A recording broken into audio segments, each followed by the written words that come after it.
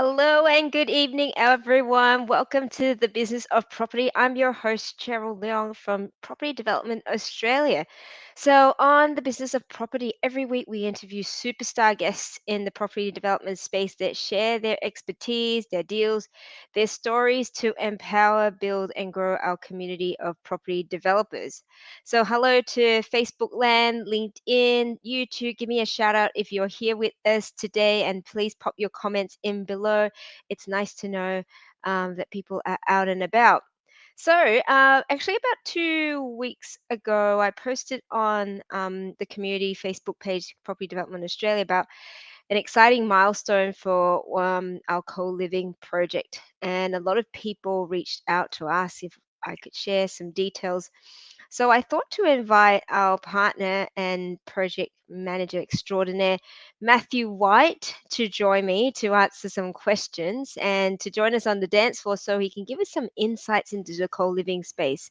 So, Matt, how are you doing? Here we go, a little bit of Excellent. dancing. Yes, on the dance Come floor, down loving to it. the dance floor. That's Good it.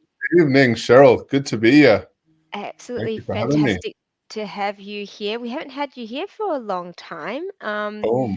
And there's been Boom, yes, the Mr. Boom Man. Do people call you that, Boom Man? Action Mr. Man, Boom. Boomer. I haven't heard that one before. Just I say a am the big boom. I'm the big Boom Man. So we're going Yes, to be talking about delivering affordable housing and cash flow from co-living projects, right? So one of my favorite topics. Love this. exciting stuff because it's not only giving investors great cash flow, but then providing a much needed form of housing to the community. Yes, totally. I mean, there's a lot. I think there's a big missing gap in the community, and we are on your development podcast talking about development and stuff. And I think a lot of developers are missing out on the opportunity which this affords. But not only that, in the community itself, there's a big missing gap of product where people want to live in shared accommodation, and there's not enough stock to provide adequate a good quality supply on that. So we're looking to promote this and give this a good nudge and get people more excited about the prospect of doing or creating co-living developments. Yeah. And Matt, you and Sahara have been in this space for a while. To tell us about that journey, how did you get involved in this, shared housing, co-living? Wow, it's been a long story.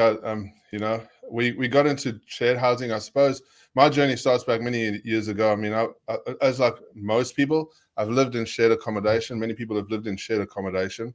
In the early days, when I was living in shared accommodation, I had this idea. Look, and it wasn't when you come out of school and that, and you're living with friends and all that kind of stuff. It's a little bit awkward, you know. At some point, you maybe you go out and you have some fun with your friends, and the place turns into a bit of a party house, and that kind of lifestyle kind of wore me out. Eventually I moved on to actually starting to rent properties that I could be in control of, and people would come and live with me. There was a better way to do this. This was overseas at the time. I moved over to Australia. That was kind of in my DNA, kind of living with shared people in share houses, because it was a way to save money. It was a way to, enjoy life, have a community, have people around you. It was a really great, vibe.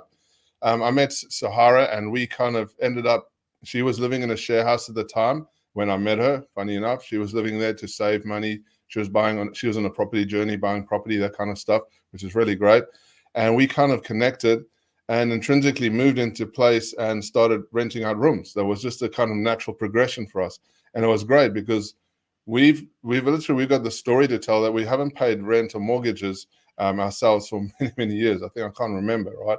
Because we've lived in this affordable situation. Mm. We've taken this model and expanded it. We moved to Melbourne. We looked at purchasing our own properties and turning them into shared accommodation. We had this big, grand idea about creating an empire of real estate in the shared economy, the shared housing kind of situation. But when we first started out, we didn't have any idea about it. We kind of were poking in the dark. Let's just get a property, throw some people in, and it'll be like school times, like college, like back in the day. But it turned out that there's actually regulation and rules around this, and we got ourselves into quite a bit of a pickle. It was not a good time when we got into trouble. The councils came down on us, and they were threatening us with fines and all kinds of stuff. And I'd set up a whole lot of properties. Quit my job to go and manage all these properties. Sahara was working with me at the time. We're doing this all together, and it was a frustrating time. And we learned very quickly that there's rules, and you have to follow the rules. Obviously, we didn't understand this at the time, but we had a very hard lesson that you got to set these up the right way. Which brings us all the way back. We had to recover from this, and this recovery period was quite onerous. We nearly lost everything because we had to kick people out of the properties and all this kind of stuff, and we recalibrated. And we recalibrated from this in such a way that we're able to create a very sustainable business out of this, right? To help people in this model. Number one, firstly, we see that there's this big gap in the community for people needing good quality shared accommodation. And we've seen this need in the investor space, or the developer space, where people are wanting to create cash flow positions in their portfolios. There's not much out there that can afford that kind of situation, other than your co-living type scenario. It's affordable to get into, it's affordable to manage, and it can add a great asset class to your portfolio in terms of high yield cash flow. Mm-hmm. And so, what did you find from that? I know you started with actually houses and converting them into rooming houses. What's that? I know in Melbourne, what are you able to do in Victoria in that space? So in Victoria, for us, we turned that into a very successful business where we were able to help loads of people convert their properties from, obviously in a negative position where they wanted to start renting out their rooms. They went through a compliance process. We were able to help them with the compliance process affordably so that they can convert their properties into rooming houses. This model went on for quite a few years. This was our bread and butter, and we were able to create a very good business from this. But we learned a lot of lessons out of that. We did hundreds and hundreds of conversions for people, and people still come to us with projects they want to do and projects they want to convert. And over the many years of doing this, we learned some very, very deep lessons about this. Now, bear in mind that over time, we built our portfolio up. We had up to 9 properties. We had more than 60 rooms. And we've done a lot of, we've been deep in the trenches in this type of business. And we've seen a lot of people that are out there in the community who, because we advertise a lot, they message us, right? Message us looking for rooms. And we've looked at hundreds and hundreds of thousands of ads and messages. We've gone through a lot of data and collated and collaborated and seen what people want. And in the deep trenches of this, one thing is very clear. People that live in shared accommodation do not want to share facilities, or they don't want to share bathrooms or toilets. They don't want to. The problem is they've got no choice because there's not enough suitable accommodation for them where they've got their own private facilities. Now, this resonated through us for a very long time, and we started thinking about how we can evolve what we're doing and create a win-win in the community. And we went down this path of starting to create an outcome to develop rooming houses. So the model of conversions is great if you own property, right? And a lot of people come to us and they say, well, can we buy and convert nowadays? And with the market the way it is, the numbers don't work where you can have cash flow straight off the bat. Plus, when you do a conversion, intrinsically what you're doing is you're devaluing the property, right? So this became a real problem for us. And we were like, well, there has to be a better way to do this. And so we reformulated and re-looked at the whole situation and said, well, what if we created something that was customized? It would be, at the end of the day, have more value, and it would produce a high level of cash flow. What would that look like? So that brought us onto the journey where we've come, and we kind of found you found us. We've kind of been in this whole direction to create this outcome for people. Yeah, absolutely. And so what is it that you're focusing on now? Obviously, I'm asking, I know the answer because we're in is it we're in the journey together, because I think that's where we really connect at this whole idea of having the win-wins, like investors getting a great return, purpose built and great housing, because you said, a lot of people don't. I don't want to share toilets. No way, I don't want to share toilets. But just having that level of privacy of your own space, right? We Totally. want to be able to choose when we chat to our neighbors or our housemates, but then be able to go, all right, I just want some quiet time as well. So what does that look like? Right. So very much so, we're passionate about creating a customized product, right? Customized rooming houses, and I'm going to show you what that looks like in a minute, and give you some idea about this. I want to show you something that's really interesting, and it's kind of one of the things that has really burdened a lot of people in the space where they've gone down the path of converting properties or setting up share housing in any city, that for that matter, right? And it's utility cost, right? Because ultimately, and this is a very big burning factor, it's all well and good to rent out rooms, but at the end of the day, you're going to have to factor in consumable costs, right? These are your gas, water, and electricity bills. Now, this is from one of our share houses a while back, and I'll show you what's the cost of just your electricity cost us over the period of time. If I'll share my screen, Cheryl. Yeah, go ahead.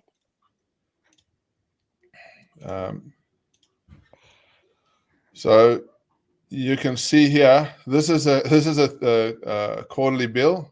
This is just electricity, and that's quite a staggering amount, right? You add water, gas on top of that, it becomes very onerous, right?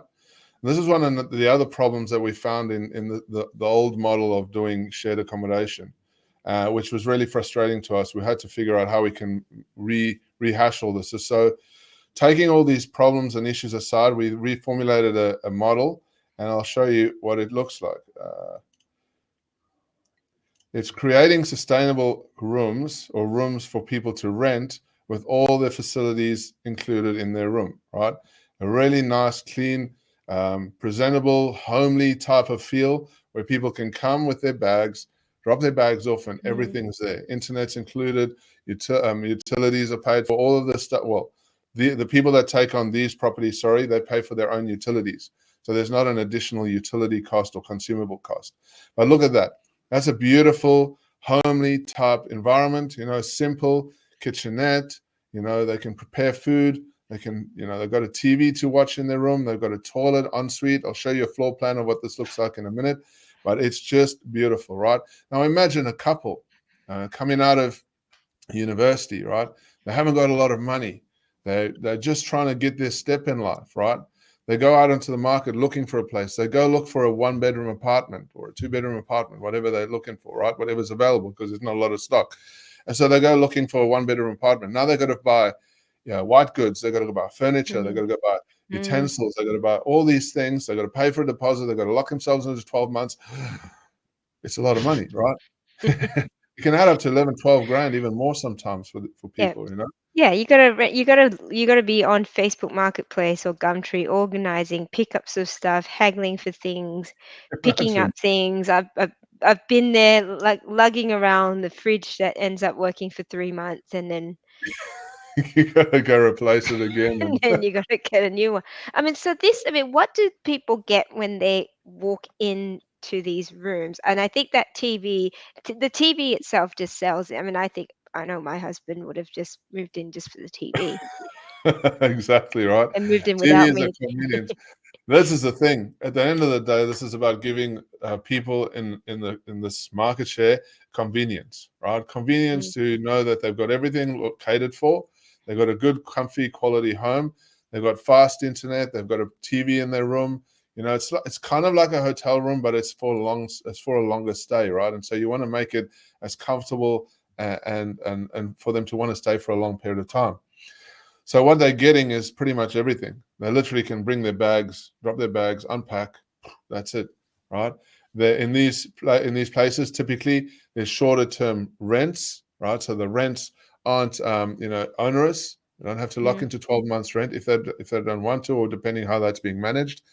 Typically, we do a 3-monthly rental to give people that nice, comfortable feeling. Usually, people stay for longer. They love staying for longer when they've got a nice, comfortable, safe place and they know they've got people looking after them. And I love this. I get excited about this stuff. I get really pumped. better change this picture before I start getting excited and dancing.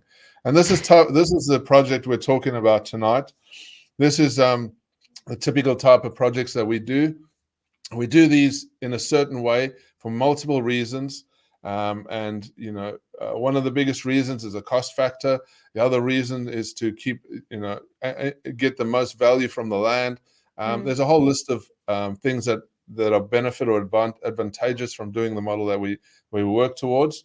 And these aren't just easy to get over the line. It takes a bit of understanding. There's a planning component to this. There's a building component to this. And there's a lot of little pieces that have to fit together. It's not just a standard duplex. There's an added layer of complexity to this, so it doesn't need an extra level of skill set to get these over the line. But when you get it right, it is a really, really good model. Yeah. Yeah.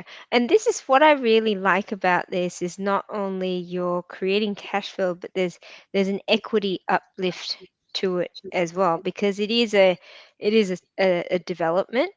You've got two properties there, in which case you are maximizing what you are doing on the site. And if you're developing, you're pretty much building it at wholesale. So there's still an equity uplift, which is really, really an extra bonus.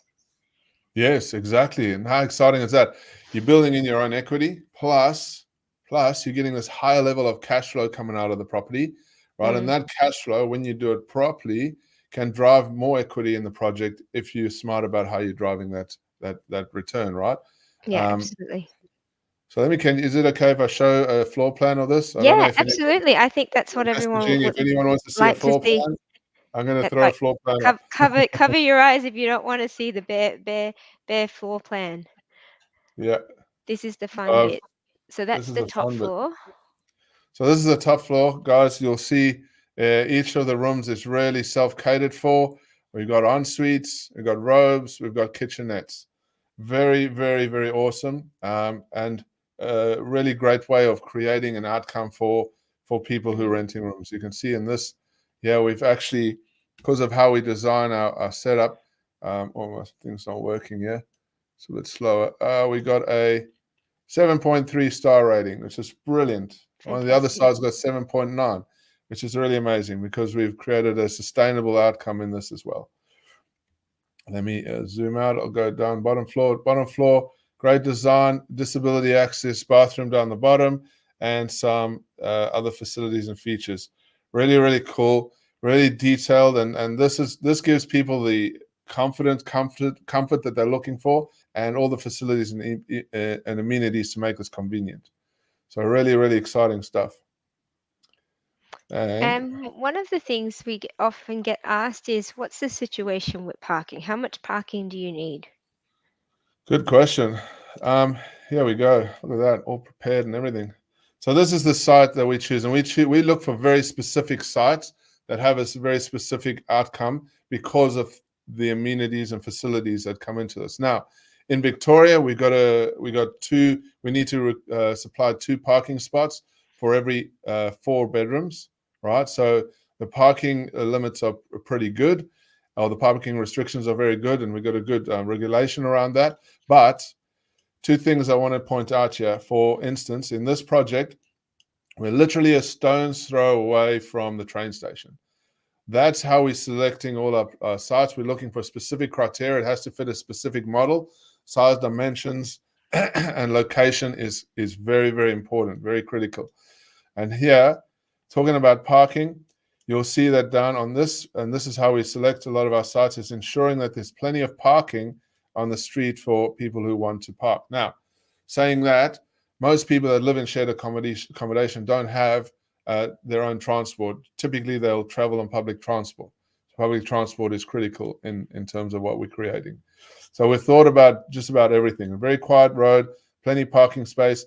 Most of the cars on this road park in their garages or in their driveways anyway, so a lot of space available. So not a problem at all. Does that answer your question? Because I get asked that a lot as well. Yeah, absolutely. And so, how far away from amenities is often a good gauge to um, to gauge sort of the distance away. So we've got the train. I mean, where would you find the shops and employment? So what are the sorts of areas that are ideal for this sort of housing?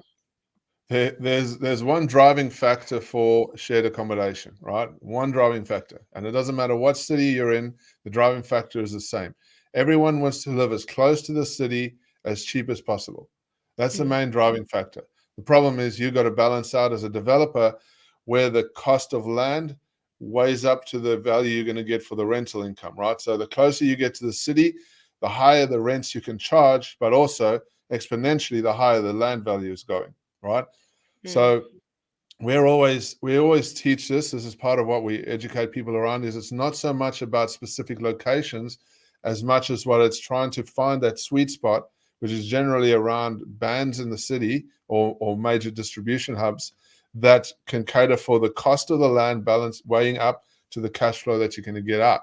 Now, in saying that, anybody that is thinking about this from a cash flow perspective doesn't really matter where they buy, because at the end of the day, if this property were to be paid down, right, if you had one property paid down and was generating a huge amount of income, and I'll talk about the rental mm. return in a minute, it doesn't really matter. You're going to own an asset class that's pumping out cash flow. It's retirement capital that most people would be happy to earn, right? So let me show you what I mean by this. In this location where we're located now, the typical, are you still with me, Cheryl? Hello? Okay, I'll continue. Are you there? Don't know if we're frozen or not. Anyway, I'll continue. So typically each bedroom would rent out for around 300 a week in this area, right? And we've done the calculations on this to quantify this. So for 6 bedrooms, which is what we create, that's $1,800 per week, right? $1,800 per week for one site. Now, if you were developing or you're creating this and you built a property like this for yourself as a retirement portfolio or for your Mm. retirement capital, how brilliant that instead of having to buy multiple or create multiple properties, you have one. You do a lot of developments, you take the money from your developments, you put it into this retirement capital, and boom, it's multiplying. It's growing in equity over time, and the cash flow from that can support you way better than any other residential property that's paid down. For me, that is one of the most beautiful models, is that instead of trying to focus on having 4, 5, 6 properties, why not bring it down? Think about creating an outcome like this. You have less properties, but you've got higher cash flow coming out of it. Get it paid down, and you've got this beautiful retirement capital that you can utilize for years and years and years. How exciting is that? I love that. Yeah. And I mean, here's the other thing as well. And you look at it, what I love as well, it's diversified risk because you've got 6 incomes from one property as opposed to one income from one property. Absolutely. How good is that, right? If and this is one of the beautiful things that we've learned over the years is even with the impact of COVID, even with all this diversity going on, even with all this, Mm, stuff in the real estate market, for us, we've been pretty stable.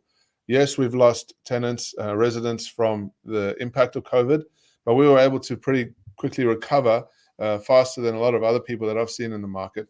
It's a business that we have that's very sustainable and long term. And like you're saying, right, you've got this strength in numbers, right? The more rental units you mm, have, protecting yourself in one property.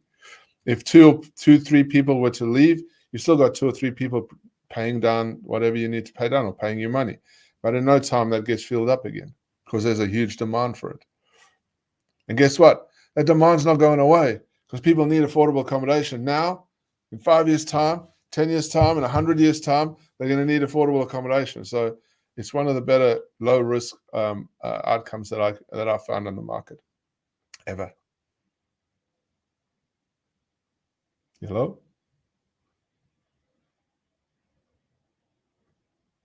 Oh, seems like we have frozen technology. You there, Cheryl?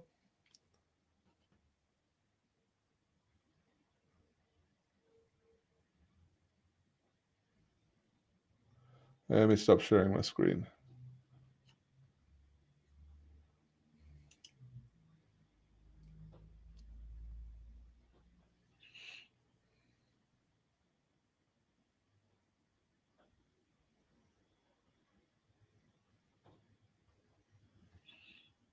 Oh, this is not me.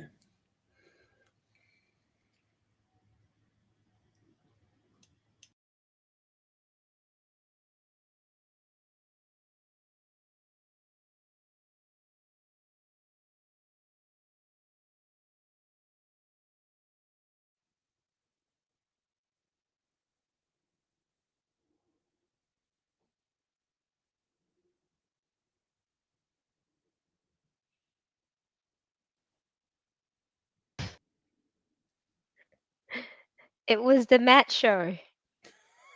It's feeling a little bit awkward, yeah. We're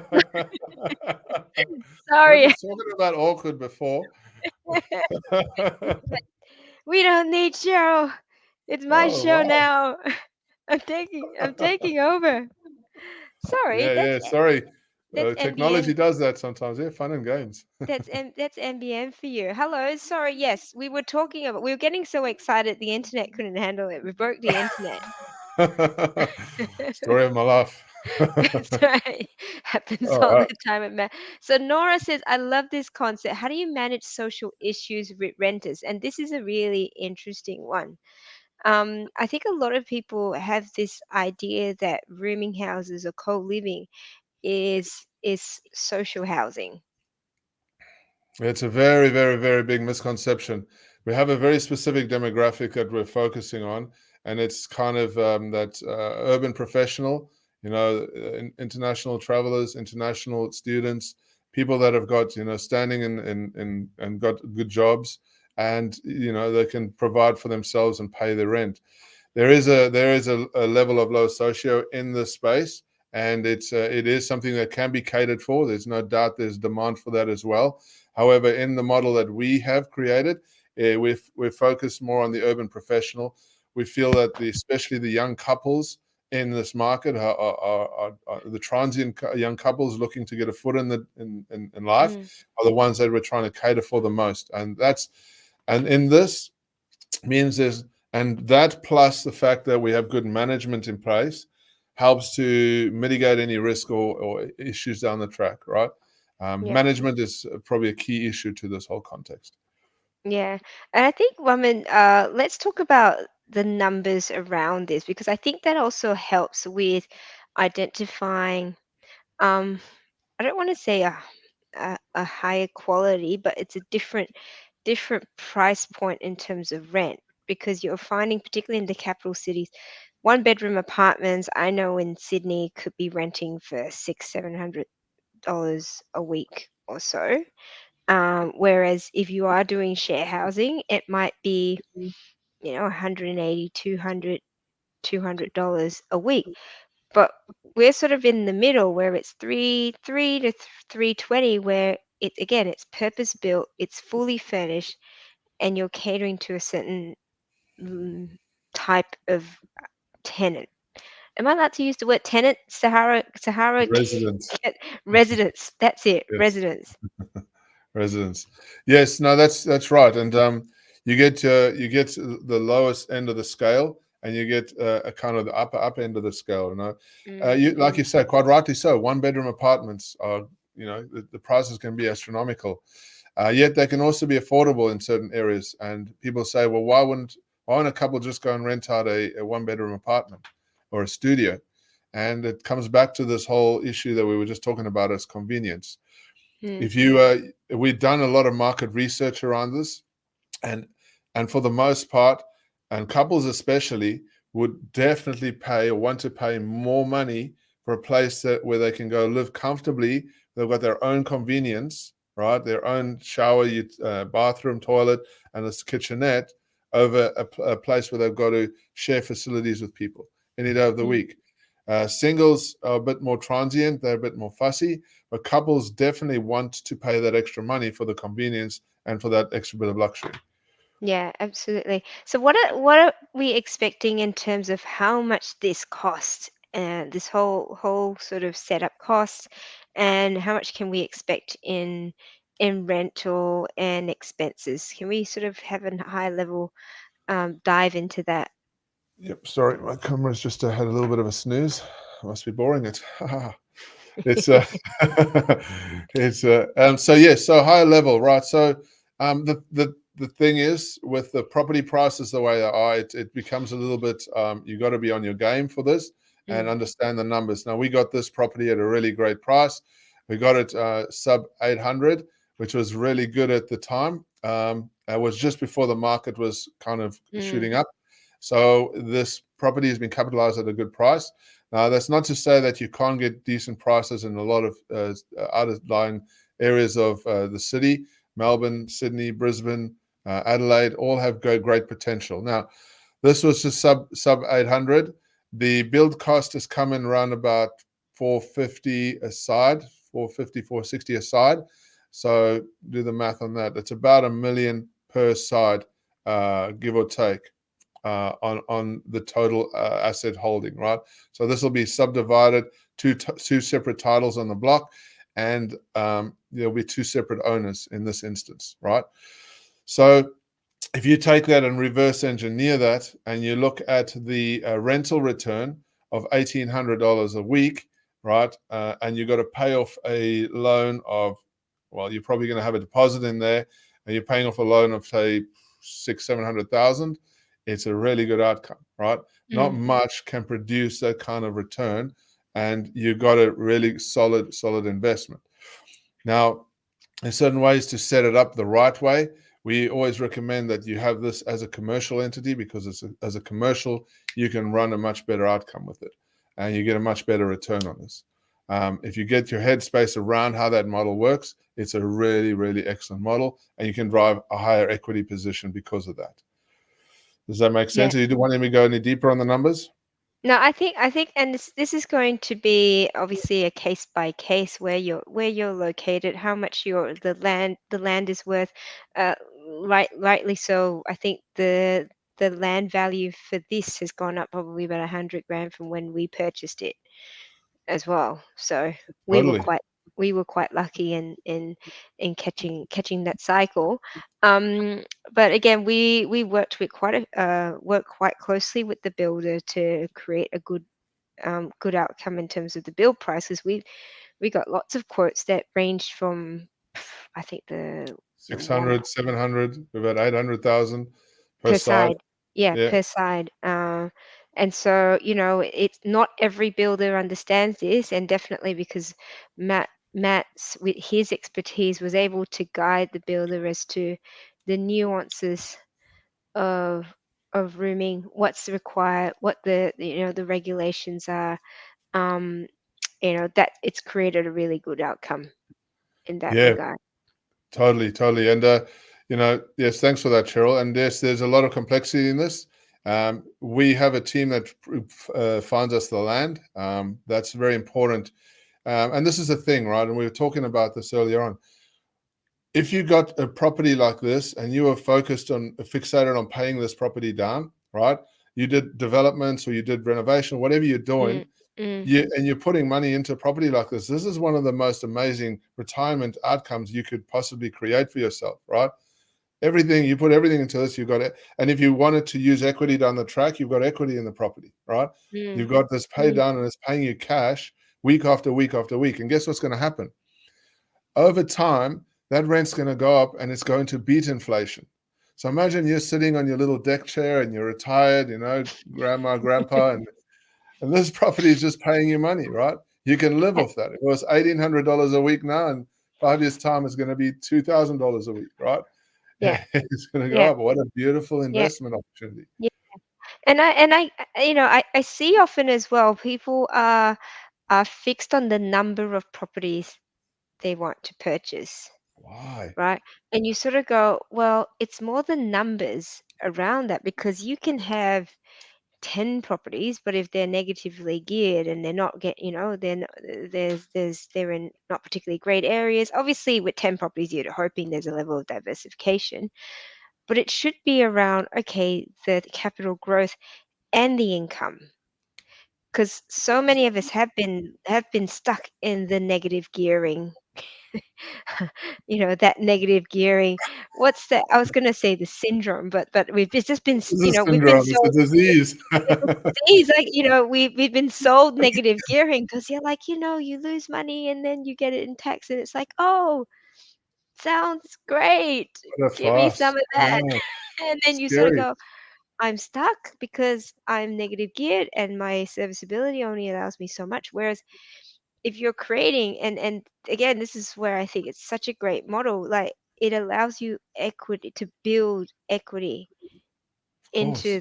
into the property plus cash flow, which allows you to pay down your loan, which allows you to then access more properties. So there's so many things about this sort of says, if you're cash on cash, I mean, for this one, we'll probably net, so net interest rates, sorry, interest repayments, property management, and all our costs probably about 35,000 Yep.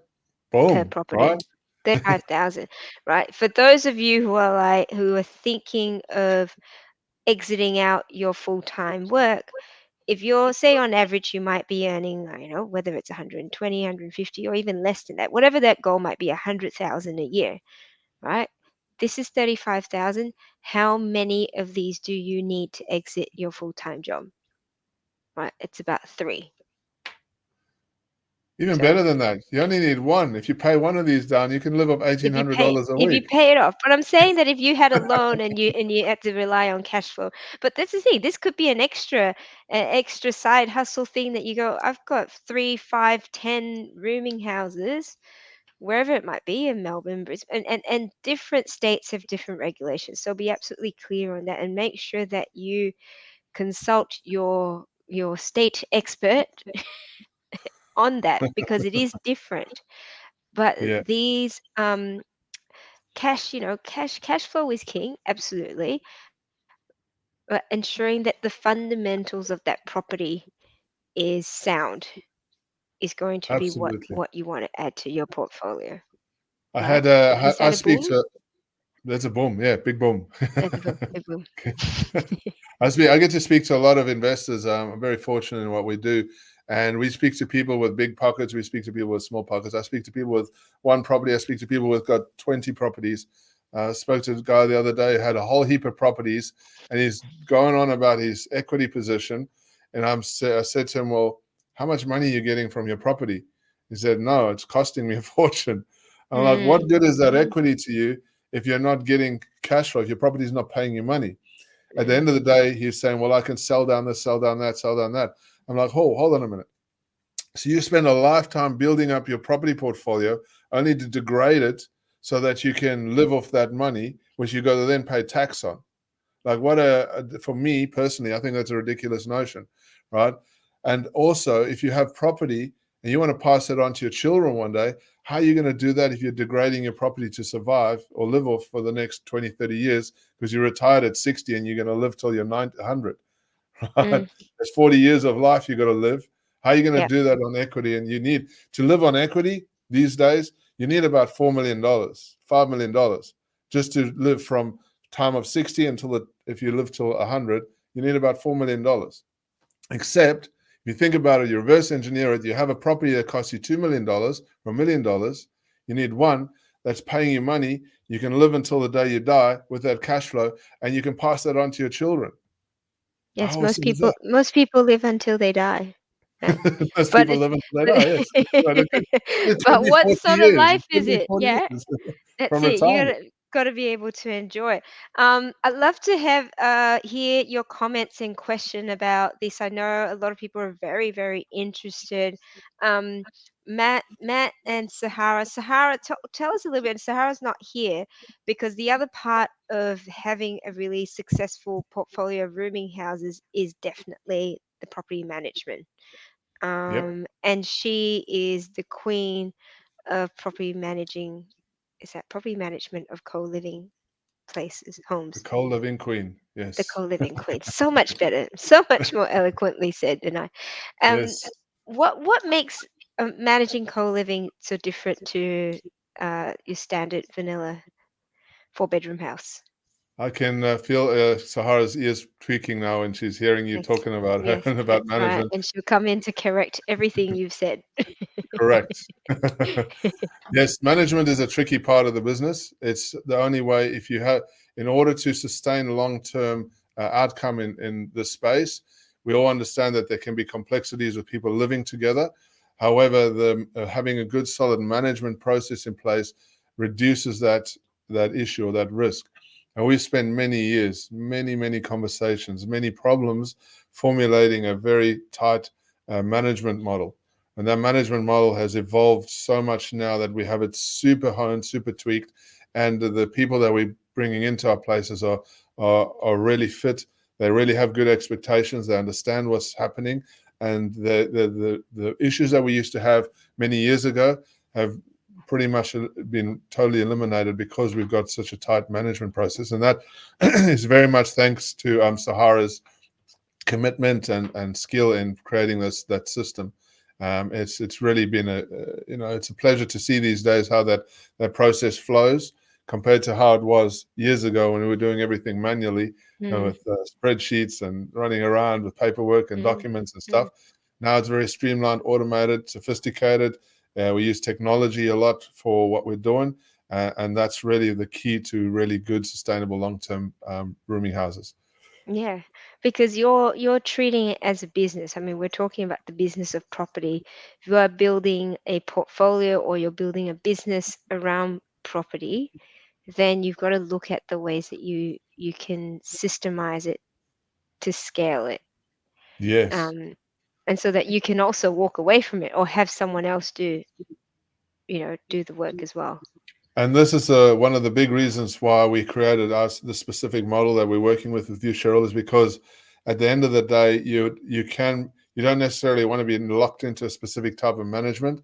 With these, Mm, they're easier to manage because they've got separate rooms, separate contracts, separate locks on the doors, and they can be managed just like a studio apartment.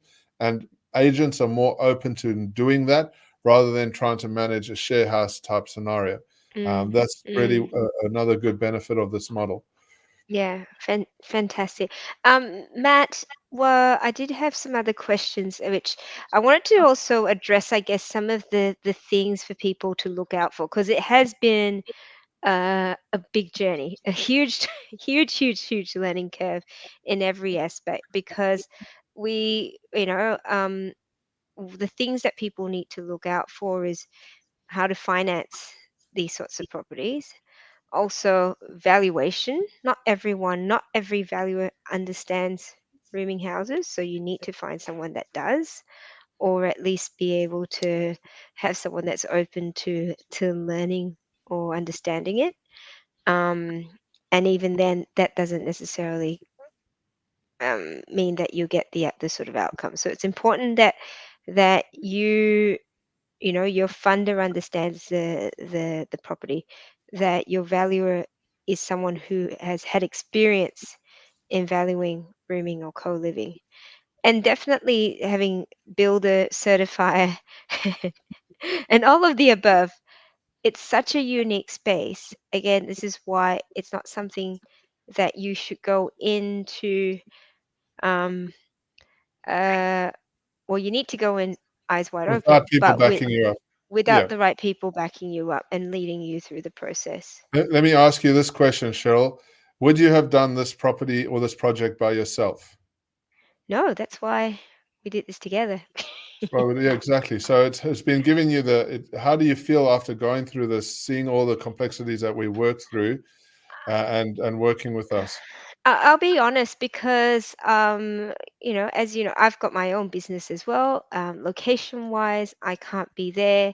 There's so many things from a planning perspective that you were on top of, that you chased up.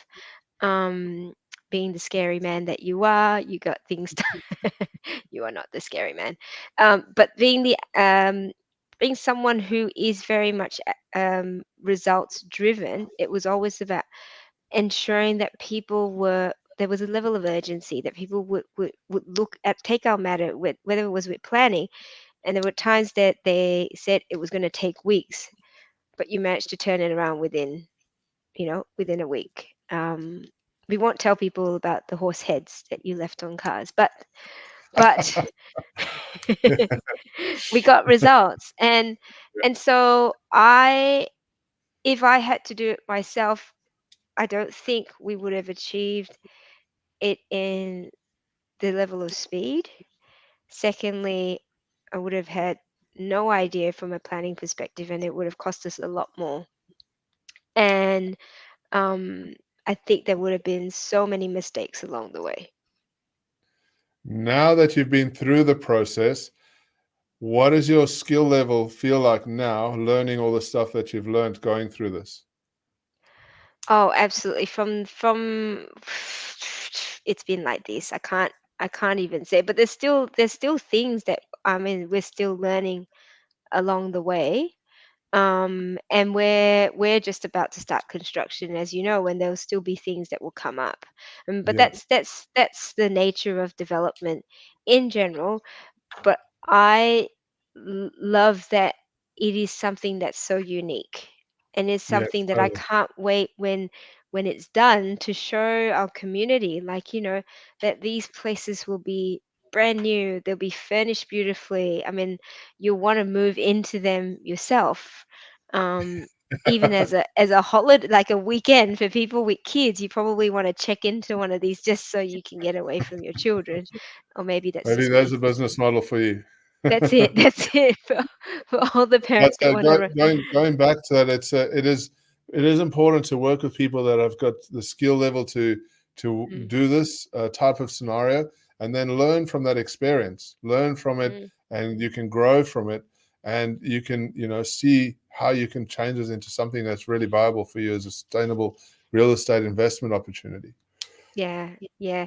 It is. It is something where I didn't want to do it on my own, and that's why when we connected, I think a few years ago, we are like, well, how can we provide a solution that is a win-win across, which is where we are now. So it's been great, and I'm very thankful that you've been patient with that you've been pushing for us in this project. And the great thing is that the people in the community, if you're interested to find out and learn about this, obviously you can talk to Matt about it. But we are, uh, the great thing is that in terms of a development project, this is another type of project that you can consider as well. Yes, totally. There's so many different avenues, and at the end of the day, I always say to people, because strategy is something that confuses a lot of people. Should I do this strategy? Should I do that Mm, strategy? mm, What is this outcome I'm gonna do? And people go around in circles trying to figure things out. They get themselves burned because they're not very focused. What like to say to people is get very, very focused on one idea, one strategy, one outcome, but always be thinking like, what is my end goal going to be? If I'm going to make 100, 200,000, $300,000 over the next 5, 10 years or whatever, what am I going to do with that money? Where's it going to be invested in? And mm. what's going to give me the best outcome when I get to retirement, when I want to reach that financial independence, right? The rooming house model, the co-living model, is one of the most sustainable long-term investments you can do. So get focused on an idea, get focused on a strategy or development strategy, whether you're going to do a 2-pack, 4-pack, 6-pack, get good at that one strategy and think about this as a seriously good outcome for putting all your money into, that's going to support you for years to come when you get into that retirement phase. I get Yeah. excited about this. I love this because this has changed our lives. It's given us the ability to Mm. get out of our jobs, to get out and do things in our life that we wanted to do, right? We're starting to tick off on our bucket lists, and we want to go and travel and do all the things. We can do that now because of this model that we've been working so hard on. Yeah. Except COVID hit, then you can't It's, travel anyway. COVID us in the butt, but that's okay. That's okay. We as entrepreneurs, as real estate investors, we pivot, we figure out things, we Yeah. move forward, we get up from the ashes, and we fly again, right? Yeah, So we do. absolutely. Like a phoenix. Absolutely. So, Matt, if people want to be able to get in contact with you, what's the best way for them to reach out? Uh, Put a little note on a pigeon's leg and throw the pigeon out, and then Yeah. fly to me. That's the only way. That's No, it. That's it. PM me, Matt people. only. PM me. My Cheryl will drop my link in the, or I'll message in the thread. But you can just PM me directly. Look for me. I'm Matthew White on Facebook. You'll find me coming up there, and just send me a message, and I'm happy to connect and contact you. If you don't get hold of me, get hold of Cheryl. She'll direct you to my way, and we can have a chat. Happy to chat to anybody who wants to talk about this stuff. I love talking about it, and I want to help as many people in the space as I possibly can. Thanks, Cheryl. Fantastic. Yeah, don't worry about emailing or calling Matt. He doesn't communicate in in those ways.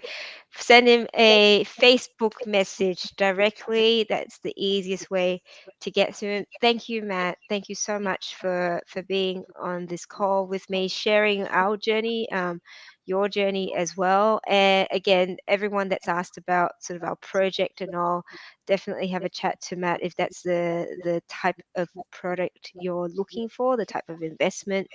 And then let's work.